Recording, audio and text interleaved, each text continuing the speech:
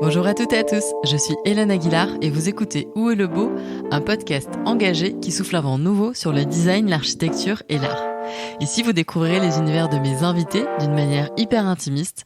On parle de leur travail, de ce qui les anime, on se questionne sur cette notion du beau. Qu'est-ce que ça signifie d'imaginer, de créer de beaux objets, de beaux intérieurs aujourd'hui, avec les challenges qui sont les nôtres, notamment environnementaux. Et si vous nous rejoignez pour la première fois, alors bienvenue.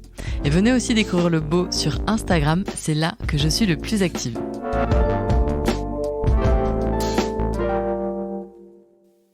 Bonne nouvelle, pour celles et ceux qui souhaiteraient découvrir tous les épisodes de Où est le beau en exclusivité, dès le mardi, donc 48 heures avant tout le monde, je vous donne rendez-vous sur le site de Elle.fr, dans la rubrique Elle Décoration, et sur les applications iOS et Android de Elle. Bonjour Monsieur Allais. Bonjour. Alors je suis très heureuse de vous recevoir sur ce podcast. Vous êtes botaniste, vous êtes mondialement reconnu, vous vivez à Montpellier. C'est une ville d'ailleurs que je connais très bien parce que j'ai grandi juste à côté et j'y ai vécu pendant une grande partie de mes études. Vous êtes l'auteur de nombreux ouvrages, vous dessinez aussi beaucoup, on en reparlera tout à l'heure. Votre spécialité, ce sont les forêts équatoriales et notamment les canopées pour lesquelles vous nous avez révélé leur immense richesse. Très brièvement, pour comprendre, on y reviendra, vous nous expliquerez, mais les canopées sont les parties supérieures de la forêt, là où l'homme n'était jamais allé. Et en fait, ce qu'on a découvert, c'est que c'est l'endroit le plus vivant du monde. Les arbres, eux, sont les plus vieux, les plus grands êtres vivants sur cette planète. Et vous avez eu l'occasion de voyager énormément, de découvrir, d'observer beaucoup de forêts. Et j'aimerais que dans cette conversation, vous partagiez avec nous votre regard sur tout ça, le vivant, les arbres, avec cette idée que pour nous qui ne sommes pas du tout des spécialistes de botanique dans ce podcast, comprendre davantage, peut-être comprendre en fait pour créer quand on est designer, artisan, architecte, et aussi comprendre pour choisir quand on est consommateur, parce que c'est des sujets qui sont très complexes et je crois que comme on ne comprend pas tout ou que l'on ne prend pas parfois la mesure, et bien du coup on n'agit pas forcément de la meilleure des façons. Et c'est pour ça que votre témoignage m'intéresse beaucoup, surtout sur celui de toute cette beauté que vous avez observée dans les forêts. Et ce sera aussi l'occasion de parler d'un projet incroyable que vous portez depuis quelques années, celui de la préservation d'une forêt, jusqu'à ce qu'elle devienne une forêt primaire dans une centaine d'années. Alors, avant qu'on rentre en détail sur ces sujets, j'aimerais commencer cette discussion par vous demander comment vous en êtes venu à la botanique, Monsieur Allais. L'aspect esthétique a été décisif, donc on est directement dans la beauté. Mais je voudrais vous faire remarquer qu'il n'y a pas besoin d'être botaniste pour admirer les plantes. C'est vraiment tout le monde qui peut le faire. C'est bien vrai. Alors, j'aimerais que vous nous posiez un petit peu aussi le cadre. Donc, dans la botanique, il y a tout le vivant un petit peu qui est représenté, et notamment l'arbre. J'aimerais qu'on commence peut-être par parler de ça. Est-ce que vous pouvez nous dire un petit peu aujourd'hui ce qu'on sait des arbres, peut-être des découvertes qu'on aurait faites sur eux, parce que je crois qu'en fait, c'est assez récent, pas mal de connaissances qu'on a sur eux. Alors, je voudrais dire que les arbres sont mal connus. Ils étaient presque inconnus il y a encore 40 ans. Et maintenant, dans le monde entier, il y a des laboratoires qui travaillent là-dessus, notamment sur la communication entre les arbres. Nous avons découvert qu'ils communiquent entre eux et qu'ils échangent des messages qui sont absolument vitaux. C'est des êtres sensibles, extrêmement sensibles, beaucoup plus sensibles que nous. Ça se comprend parce qu'ils sont fixes et entourés d'herbivores. Et ils sont totalement comestibles. S'ils veulent survivre, ils doivent donc développer une sensibilité et une intelligence qui, je crois, dépassent les nôtres. Et alors, comment est-ce qu'ils communiquent? Par les racines, par des parfums, par comment? De plusieurs manières. Ça peut être par voie aérienne, oui, par des molécules volatiles, des parfums, si vous voulez. Et ça peut aussi se faire par voie souterraine, mais à ce moment-là, il y a un intermédiaire qui est un champignon qui unit deux arbres différents. Et le message passe par l'intermédiaire de ces filaments de champignons. D'accord. En préparant cet épisode, vous aviez en fait une façon assez, moi qui m'a aidé à comprendre des choses. Vous parlez en fait de la structure entre, des plantes qui est basée sur quelque chose qui est décentralisé. Est-ce que vous pouvez nous expliquer ce que ça veut dire et en quoi c'est important de comprendre ça? Oui, c'est très important. C'est une des principales différences entre les plantes et les animaux. Les animaux, ça comprend beaucoup d'organes. Un être humain, par exemple, c'est une centaine d'organes différents. Des organes bien individualisés et chacun d'entre eux a sa fonction. Et l'ennui d'avoir beaucoup d'organes, c'est que parmi ces organes, il y en a qui sont vitaux. nous avons des organes vitaux. C'est clair que si on vous coupe le cou, c'est terminé. Si on vous blesse le cœur, c'est terminé. Nous avons des organes vitaux. Bon, ce qui fait que les animaux et les êtres humains, c'est des organismes très fragiles, pas du tout résilients. Les plantes, c'est très intéressant parce qu'elles n'ont que 3 organes. Tiges, racines, feuilles, pas plus. D'accord. C'est dans des millions d'exemplaires, surtout les feuilles. Mais il n'y en a pas plus que 3. Et il n'y a là-dedans aucun organe vital. Donc c'est très difficile de tuer une plante. Il y a même des plantes dont on n'arrive pas à se débarrasser. La résilience est une qualité majeure chez les plantes. Je voudrais illustrer ça par 2 petits menus que je vous propose. Avec plaisir. Une salade d'asperges avec de l'huile d'olive, Ouais. un verre de bon vin rouge et une tarte aux pommes. Eh bien, aucune des plantes qui vous a nourri ce jour-là n'est morte. Elle vous nourrit, mais elle reste vivante. Maintenant, si je vous offre un faux filet ou un foie de veau ou un filet de hareng, vous êtes certaine que ces animaux-là sont morts. On pourra en trouver d'autres pour se nourrir, mais les premiers sont morts. Il n'y a pas de résilience. Voilà, donc c'est une des principales qualités des plantes, c'est leur décentralisation et leur résilience. Ils n'ont que 3 organes, mais ils ont toutes les fonctions de nos 100 organes à nous. Simplement. C'est ça qui est incroyable. Oui, elles en ont même bien plus. Elles ont des fonctions que nous n'avons pas. Par exemple, prévoir l'arrivée d'un tremblement de terre, on aimerait bien pouvoir le faire, nous, mais on ne sait pas. On n'a pas cette sensibilité-là.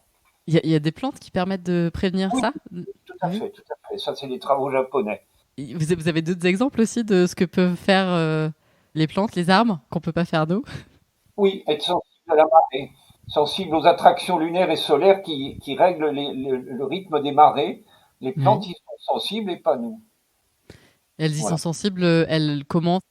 Ah, ça se marque dans leur structure, cette sensibilité. Oui. D'accord. Alors, puisqu'ils n'ont que 3 organes et ils ont autant de fonctions que nous autres qui en avons une centaine, la question c'est de demander où ça se passe dans la plante, les fonctions en question. Alors, elles se passent toutes au niveau cellulaire. Tout est dans la cellule.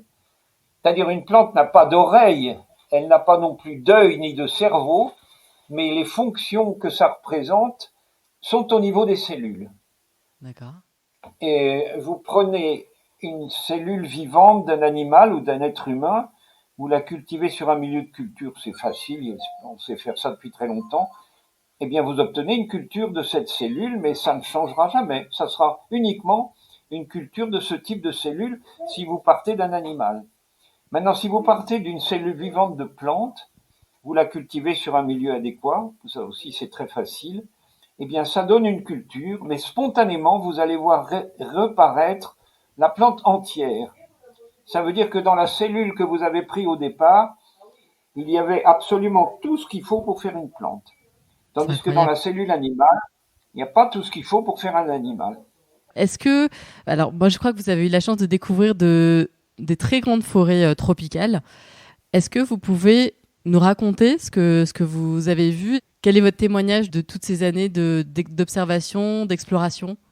J'ai visité la plupart des grandes forêts primaires de la planète et c'est vrai que mon premier sentiment, c'est un sentiment esthétique, c'est d'une incroyable beauté.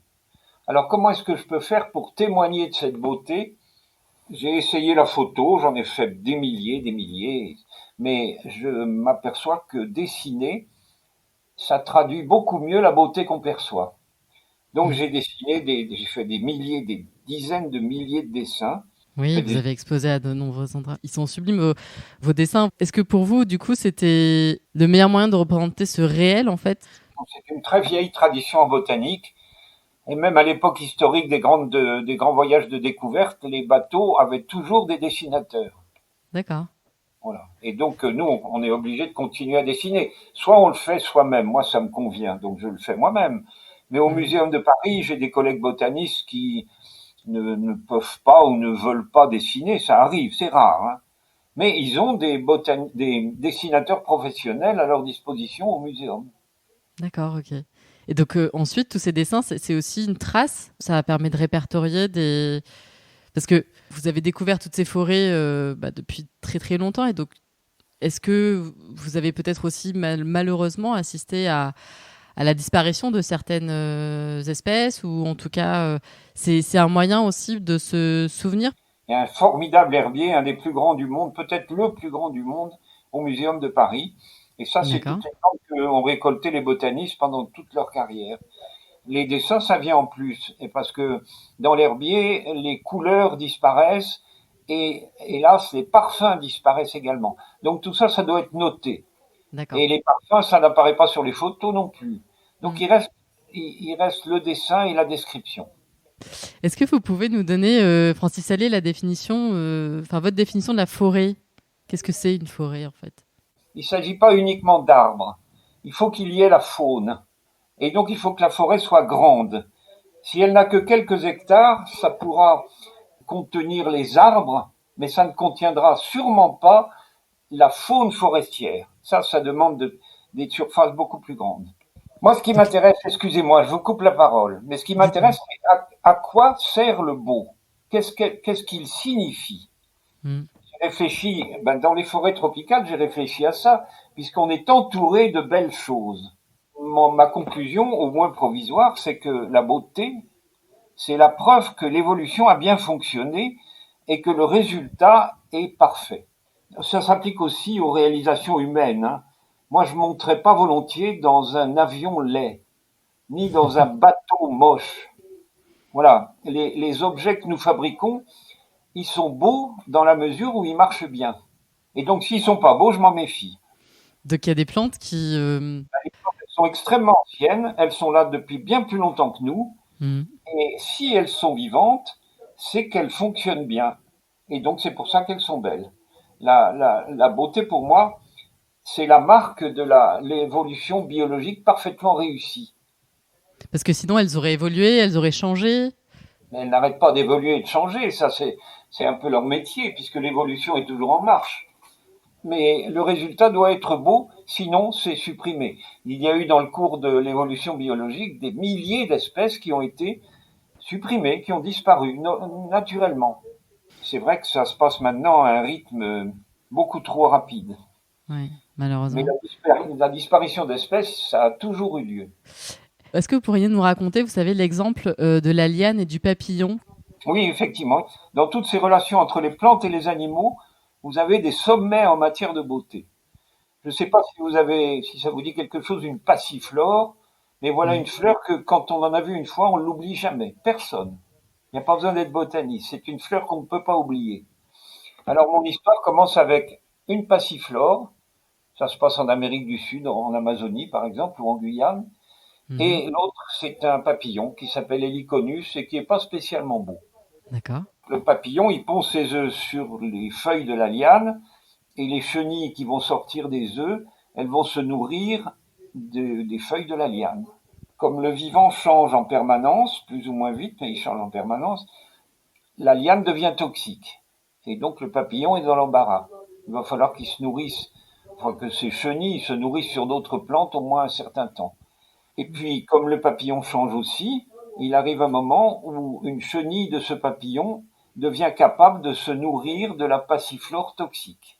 Alors ça, D'accord. c'est très intéressant parce que du coup, cette chenille, elle devient toxique. Elle est bourrée d'alcaloïdes et donc elle devient toxique. Et le papillon qui va sortir de cette chenille, il sera toxique aussi. C'est un énorme avantage pour un papillon amazonien d'être toxique parce que c'est bourré d'oiseaux affamés. Mhm. Donc c'est un oiseau qui mange ça, il meurt. Mais comment est-ce que les autres savent que du coup il a changé et que maintenant si on le mange, ça va pas bien se passer pour les. Exact. Si vous êtes le papillon, ça vous intéresse pas que votre prédateur meure. L'essentiel, c'est de ne pas C'est de être, pas être mangé. Oui. de ne pas être mangé. Exactement. Eh bien, ça, la solution qu'il a trouvée, c'est d'être absolument magnifique. Ça fait partie des plus beaux papillons d'Amazonie maintenant. Donc, il a changé vers le beau. Et vous remarquerez que ça lui permet de survivre et d'échapper aux prédateurs. C'est donc un net progrès d'être beau pour lui. Et maintenant, avec tous ces changements, on a des cinquantaines d'espèces de passiflore et une centaine d'espèces d'héliconus. C'est incroyable. Donc ça veut dire quelque part en fait aussi que les animaux, enfin voilà, toute cette faune et cette flore reconnaît et est sensible à la beauté parce que vous dites que un papillon va être moins en danger, enfin, elle va éviter potentiellement la prédation parce que il va être tellement beau qu'en fait, ça va dissuader les animaux de vouloir le manger aussi. C'est parfaitement juste. D'ailleurs, si vous allez vous balader en forêt tropicale, pas seulement l'Amazonie, ça peut être Ouais. n'importe où dans le monde, les choses très très belles, ça vaut mieux les regarder à deux fois avant de les manipuler. Je trouve ça vraiment fascinant. Et du coup, en fait, ce que vous dites là, c'est que les forêts les plus, là où il y a le plus de diversité, qui sont le plus libres, où il y a le moins d'impact, etc., de l'homme, c'est aussi l'endroit où il y a le plus de biodiversité. C'est ce que vous retrouvez précisément dans les forêts tropicales, pas trop dans les forêts, parce que un peu pour qu'on comprenne, toutes les forêts sont pas du tout pareilles en fait. Non, c'est vrai que les forêts sont pas les mêmes partout. Si vous êtes dans une forêt de l'île de France, par exemple, ça ne ressemble pas beaucoup à une forêt tropicale. Il y a Mm. beaucoup moins d'espèces et les espèces sont beaucoup moins grandes. Les arbres sont beaucoup moins grands. Bon, puis ça a été très exploité depuis le début, depuis le Moyen Âge, et donc nous n'avons plus en France de forêts primaires. Nous n'avons plus que des forêts secondaires, comme on dit, qui peuvent être belles, enfin on les trouve belles parce qu'on n'a pas la référence que constitue la forêt primaire. En réalité, elles ne sont pas très belles, c'est des forêts secondaires. Alors, qu'est-ce que c'est une forêt primaire? Une forêt qui n'a jamais été abîmée par l'homme, D'accord. jamais exploitée, jamais défrichée, jamais brûlée. Voilà, ça devient très très rare dans la nature actuelle. Et c'est ce que vous préservez. On va en parler tout à l'heure avec ce projet que vous avez assez incroyable. Je voudrais qu'on parle un petit peu de ce matériau, en fait, du coup, le bois, parce que c'est vraiment quelque chose qui fascine. C'est vrai que dans ce podcast, je reçois souvent donc, des créatifs, des designers, des architectes, et puis aussi nous tous, les auditeurs, on voit un peu le bois comme une ressource naturelle abondante. On a l'impression que qu'il y a des arbres à perte de vue, parce que suivant un peu où on habite, potentiellement, on croise quand même dans notre quotidien pas mal d'arbres, et pourtant, c'est pas si simple. Parce que, en fait, du coup, c'est quoi? C'est en France, donc on a compris, vous l'avez dit, il y a plus de forêts primaires, il y a que des forêts secondaires, mais est-ce que aussi enfin, c'est quoi le constat un peu aujourd'hui pour qu'on ait un peu une clé de lecture? Ah, je vais vous expliquer ça. En France, nous avons des forêts secondaires, donc des forêts qui ont été perturbées, abîmées, appauvries, déstructurées. Et puis nous Mhm. avons aussi, et de plus en plus, des plantations d'arbres. Mais ça, c'est D'accord. pas des forêts, c'est des plantations. Ça n'a rien à voir. Alors, je ne suis pas contre les plantations d'arbres. Nous avons besoin de bois. Donc, c'est normal de planter des arbres pour utiliser leur bois. Mm. L'exploitation ne doit pas se faire dans les forêts. Elle doit se faire dans les plantations. D'accord. Et donc, en fait, dans une plantation, tout le monde a le même âge et on inflige à ces arbres une certaine un peu immaturité, c'est-à-dire il y a une C'est fait pour exploitation. être Donc, détruit. C'est fait pour être détruit, n'est-ce pas? Puisque si on les plante, c'est pour les utiliser. Et une fois qu'on les a utilisés, le carbone que contiennent ces arbres retourne à l'atmosphère, mm. ce qui n'est pas le cas avec la forêt. En outre, comme il n'y a que très peu d'espèces, généralement une seule espèce d'arbre dans les plantations, il y a très peu d'animaux. Parce qu'une espèce d'arbre, ça nourrit quelques animaux, mais pas plus. Donc la biodiversité est très pauvre, très basse, très, très délabrée. Alors que dans une forêt naturelle, il y a une diversité animale qui est à la hauteur de la diversité végétale, donc ça peut devenir très riche. Et puis, à mesure que le temps passe et que la forêt primaire se rapproche, la biodiversité augmente. Or, c'est de ça qu'on a besoin. Parce qu'aujourd'hui, ça pourrait exister, enfin, des plantations, enfin, du coup, de la sylviculture un petit peu, en tout cas, plus riche, plus diverse, plus douce. Enfin, il y a des personnes qui mettent en place des choses comme ça avec plusieurs variétés, pas une seule. Il y a des choses qui me désolent. En France, par exemple, la forêt, c'est Mhm. dans le même ministère que l'agriculture. Et ça, c'est très mauvais.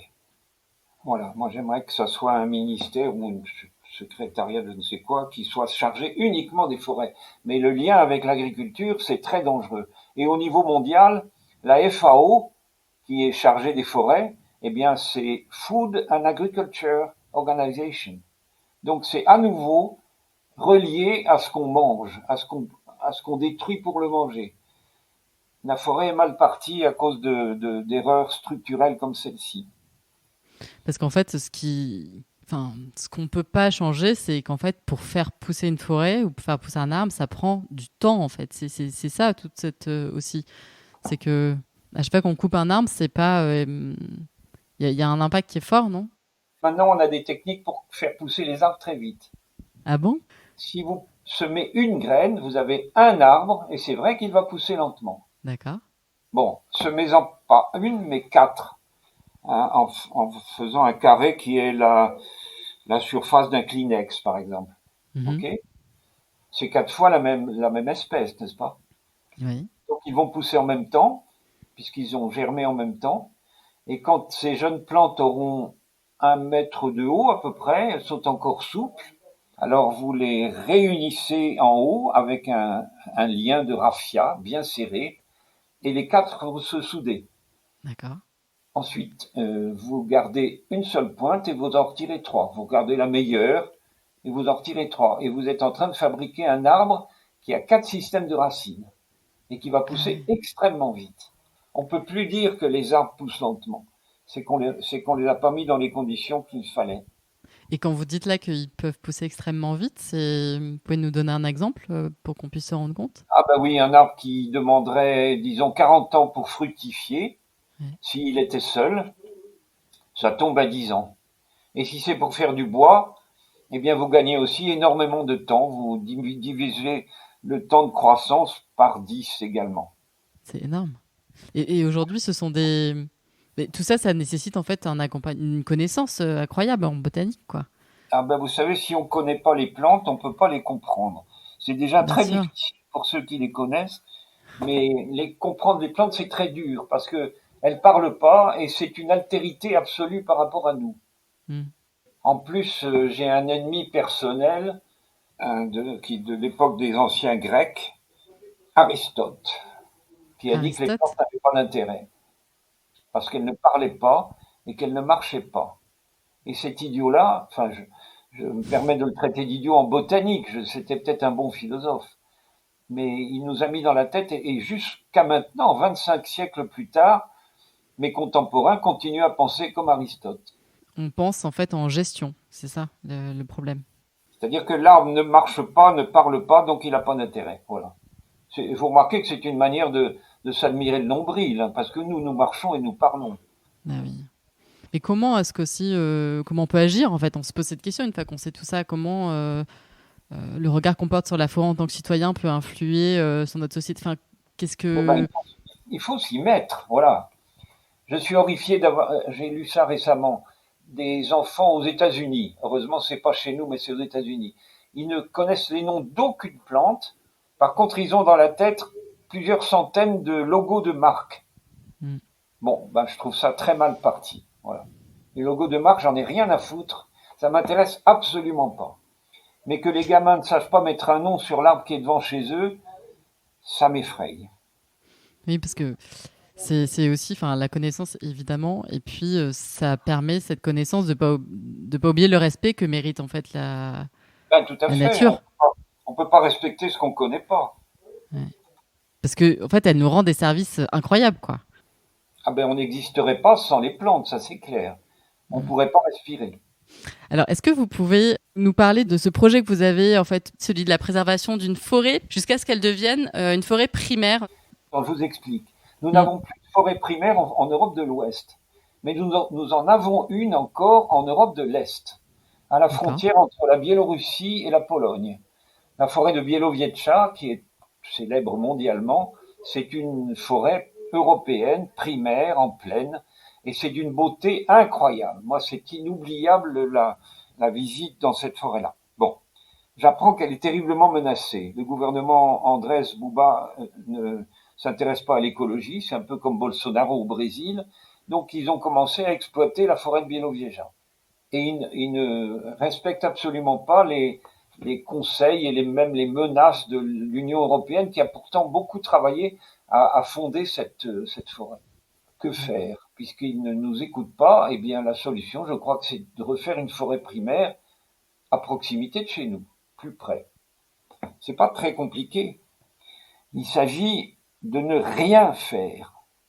Mais ça a l'air idiot, mais pour beaucoup de corps de métier, Ne rien faire, c'est très douloureux, c'est presque impossible. C'est une espèce de démission ou d'abandon. Je pense notamment aux ingénieurs forestiers. Pourtant, dans notre projet de forêt primaire, il n'est pas question de planter quoi que ce soit. Il n'est pas question, bien sûr, d'exploiter les arbres qui y sont. Et même quand ils sont morts et tombés au sol, il faudra les laisser en place et les respecter. Pas question de venir chercher des champignons, des œufs, du miel, je ne sais quoi, des fleurs, des plantes médicinales. Non, non, tout doit rester. C'est ce qu'on appelle maintenant la libre évolution. Voilà, eh bien, ça va être long, mais c'est pas compliqué du tout. Parce qu'en fait, contrairement à ce que certains disent, voilà ce que vous disiez par rapport aux ingénieurs forestiers, etc., si on s'occupe pas d'une forêt, elle se porte très très très bien en fait. Ah, mais eux, ils pensent que, d'ailleurs, c'est enseigné dans les écoles forestières, ils pensent qu'une forêt qu'on n'exploite pas, elle va s'étouffer et mourir. C'est incroyable, mais c'est ça qui est enseigné. Bon, moi, je Et suis donc, absolument pas d'accord, puisque les forêts sont sur cette planète depuis le Dévonien, c'est-à-dire 300 millions d'années. On se demande comment elles faisaient, ces pauvres forêts. Alors, elles n'étaient pas taillées à l'époque, elles n'étaient pas exploitées, mais je crois qu'elles étaient magnifiques. C'est ce que nous disent les témoignages fossiles. hmm. Voilà, alors il va falloir convaincre les forestiers que la libre évolution, ça conduit pas à un bordel infâme, excusez-moi, c'est leur propre mot, mais que ça conduit au sommet de la biodiversité, de la captation de carbone et surtout de la beauté. Oui, c'est ça, c'est incroyable. Donc c'est un projet qui est très très long, qui s'inscrit sur des centaines d'années. C'est quoi le... Alors Parce ça que rien dépend, faire pendant... oui, il faut que tout le monde s'engage en fait. et c'est vrai que ça va demander plusieurs générations. Si nous partions d'un sol nu, il faudrait 1000 ans. D'accord. Mais on va pas partir d'un sol nu, ça serait absurde. Supposez qu'on parte d'une forêt qui a 300 ou 400 ans, eh bien, il faudra attendre 6 siècles. On est capable d'attendre 6 siècles, non? Si on n'est pas capable, alors là, je deviens très, très réticent sur l'avenir de l'être humain. Et comment est accueilli ce projet aujourd'hui? Alors, on en est là. Voilà. On a plusieurs pistes d'installation de ce projet et on choisira celle où le projet est le mieux accepté par les gens du coin. Parce que s'ils en veulent pas, on ira ailleurs. Hmm. Mon rêve, c'est qu'ils soient plutôt fiers d'avoir une forêt primaire près de chez eux. Ben, bien sûr. Parce qu'en fait, c'est un peu ça, c'est de se dire qu'en laissant la forêt pousser, c'est aussi potentiellement nous qui grandirons quelque part. C'est un challenge d'être plus Vous avez durable. raison, il y a des aspects philosophiques et culturels importants en dehors des aspects écologiques. Hmm. D'ailleurs, tout à l'heure, vous nous racontiez donc bah voilà, à quel point les plantes sont intelligentes. Qu'est-ce qu'on pourrait imiter, nous, d'eux, en fait, de la forêt, des arbres? On parle beaucoup de biomimétisme. Vous en pensez quoi, vous? On voit très bien le biomimétisme, bien sûr, ça fonctionne fort bien depuis très longtemps. Hein. Hmm. Ça a fait ses preuves, ça c'est clair. Oui, il faut continuer. Alors, qu'est-ce qu'on pourrait copier sur les arbres? Je dirais qu'on devrait d'abord copier leur utilisation du temps long. Je crois que les choses vraiment belles et importantes, ça se fait toujours sur le temps long. Hmm. Une cathédrale chez nous, il fallait souvent plusieurs générations pour la finir. Eh bien, c'est pour ça qu'elles sont belles. Et puis, c'est aussi la plante qui améliore du début à la fin son environnement. C'est pour ça qu'on se demande si elles sont pas plus intelligentes que nous. Parce que nous C'est ça. dégradons complètement notre environnement. Nous n'arrêtons pas. Que ce soit les océans qui sont pleins de plastique, les terres agricoles qui sont stérilisées par les intrants, les forêts qui sont rasées, etc. Nous détruisons notre environnement. Et notre atmosphère devient irrespirable à cause du gaz carbonique des carburants fossiles. Tandis qu'une plante, pendant toute sa vie, que ce soit dans la partie aérienne ou dans la partie souterraine, ça n'arrête pas d'améliorer l'environnement. Donc sur le long terme, je me demande si c'est pas plus sage de miser sur les plantes que sur les êtres humains. En tout cas, il faut s'en inspirer.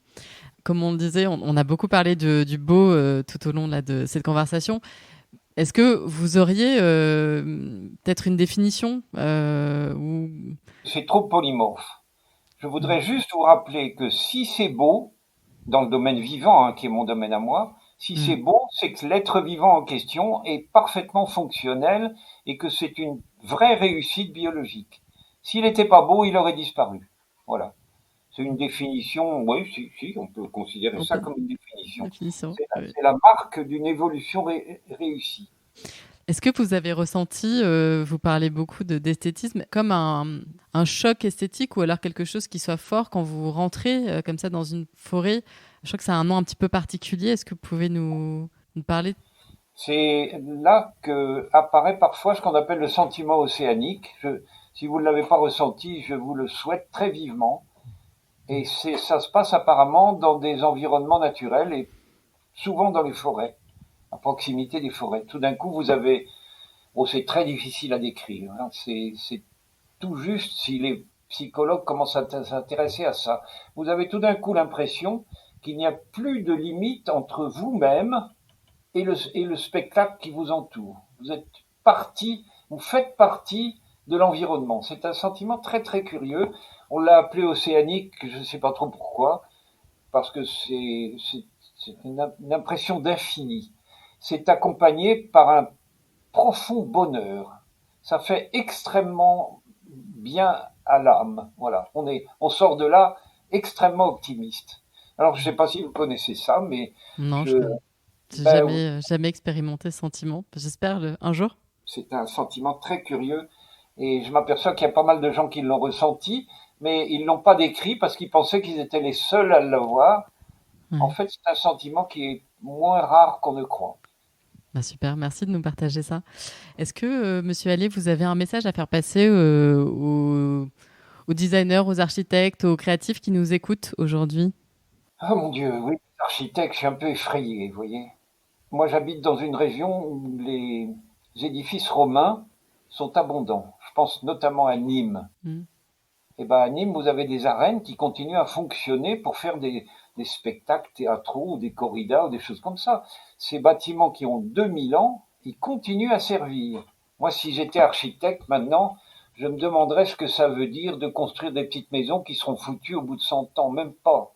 40 ans, elles commencent à se fissurer, et au bout de 100 ans, il faut les changer. C'est une perte énorme pour le métier d'architecte. L'architecture des arbres, c'est plus sérieux. Et on peut s'en inspirer de l'architecture des arbres aussi? Bien sûr, oui. Des solutions architecturales qui ont fait leurs preuves depuis des millions d'années. C'est de penser, c'est ce que vous disiez tout à l'heure, penser sur un temps long et aussi peut-être pas gaspiller. Et utiliser des matériaux qui sont vraiment au point, comme le bois. C'est beaucoup plus au point que le béton. Comment est-ce qu'on peut vous soutenir dans ce projet de forêt primaire? Comment aujourd'hui c'est en parler, c'est sensibiliser des gens, c'est d'aller sur notre site. Je vais vous donner l'adresse. Je la mettrai dans les notes de cet épisode, oui. Vous tapez forêt primaire en un seul mot et au singulier, forêt primaire-francishall.org. Voilà, on a une association très active qui comporte déjà plus d'1 millier d'adhérents dans beaucoup de pays. Et voilà, ce qu'on peut faire pour nous aider, c'est d'adhérer, parce que plus on est nombreux, plus on est puissant. Parce qu'il faudra évidemment des décisions politiques pour mettre ça au point, notamment au niveau européen. On relaiera tout ça. Est-ce qu'il y aurait une personne à qui vous aimeriez passer le relais dans ce podcast? Comme vous m'avez posé la question, j'ai tout de suite pensé à Gilles Clément, mais apparemment il est déjà intervenu. Oui, j'ai déjà reçu Monsieur Gilles Clément sur ce podcast. Alors attendez, voilà. Véronique Mur, elle est paysagiste, elle est passionnée par le jardin et le paysage. C'est son métier. Bon, super. Est-ce que Francis Allais, il y a quelque chose qu'on n'a pas abordé ou quelque chose que vous auriez aimé dire ici aux auditeurs? Millions. Et si on me lance sur la beauté des choses vivantes, ça n'a pas de limite, vous comprenez ça? Bah oui, je sais bien. Voilà. Ça m'arrive de prendre en forêt une simple feuille, et de m'apercevoir que c'est d'une beauté qui est presque insoutenable, tellement c'est fort. Et ce qui est insoutenable, c'est que je ne sais pas à quoi ça sert, et je ne suis pas en mesure d'expliquer ce qu'elle fait là, cette beauté. Voilà, mais c'est presque n'importe quoi que vous pourriez ramasser dans une forêt. Même une forêt d'ici, même une forêt secondaire d'ici. Est-ce que ça doit servir à quelque chose, la beauté? Eh bien voilà, on m'avait enseigné que ça servait à rien. J'ai passé mon existence à me débarrasser de ce qu'on m'a enseigné à la Sorbonne. Merci beaucoup, Monsieur Allais, pour cette discussion. Je vous en prie. Et voilà, c'est terminé pour aujourd'hui. J'espère que cet épisode vous a plu. Je remercie Plendy pour sa complicité. Et n'oubliez pas de vous inscrire à la newsletter sur mon site. Je vous ai mis le lien dans les notes. C'est www.oueslebeau.com. Si vous pensez que cet épisode peut plaire à quelqu'un de votre entourage, il vous suffit de cliquer sur partager. C'est une fonctionnalité qui se cache dans l'icône avec les 3 petits points sur votre application d'écoute. Et s'il vous reste 30 petites secondes là tout de suite maintenant, ce serait top que vous notiez 5 étoiles le podcast ou que vous laissiez un petit commentaire. Ça permet aux algorithmes et aux curateurs des plateformes comme Apple Podcast de mieux référencer Où est le beau. Et comme d'habitude, on se retrouve jeudi prochain pour un nouvel épisode. D'ici là, je vous embrasse et à la semaine prochaine.